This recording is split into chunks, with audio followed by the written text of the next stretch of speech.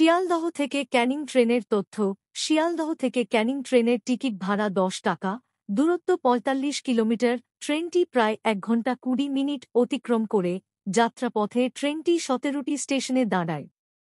প্রথম ট্রেনটি ছেড়ে যায় ভোর ৫টা ৪৫ মিনিটে, সকাল ৬টা ৩০ মিনিটে, ৭টা ৪২ মিনিটে, ৯টা ১০ মিনিটে, ১০টা ২৪ মিনিটে, ১১টা ২৫ মিনিটে, দুপুর ২টা ১০ মিনিটে, ২টো ২ মিনিটে। এটি রবিবার বন্ধ থাকে।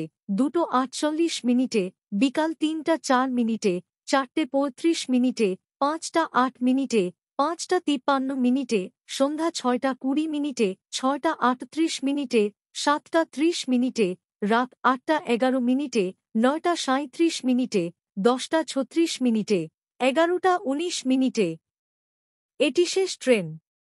শিয়ালদহ থেকে ক্যানিং স্টেশনের নামগুলি হল Sealdah, Park Circus, Ballygunge junction, Dhakuria, Jadavpur, Baghajatin, New Garia, Garia, Narendrapur halt, Sonarpur junction, Bidyadharpur, Kalikapur, Champahati, Piali, Gourdaha, Ghutiari Sharif, Betberia Ghola, Taldi, Canning.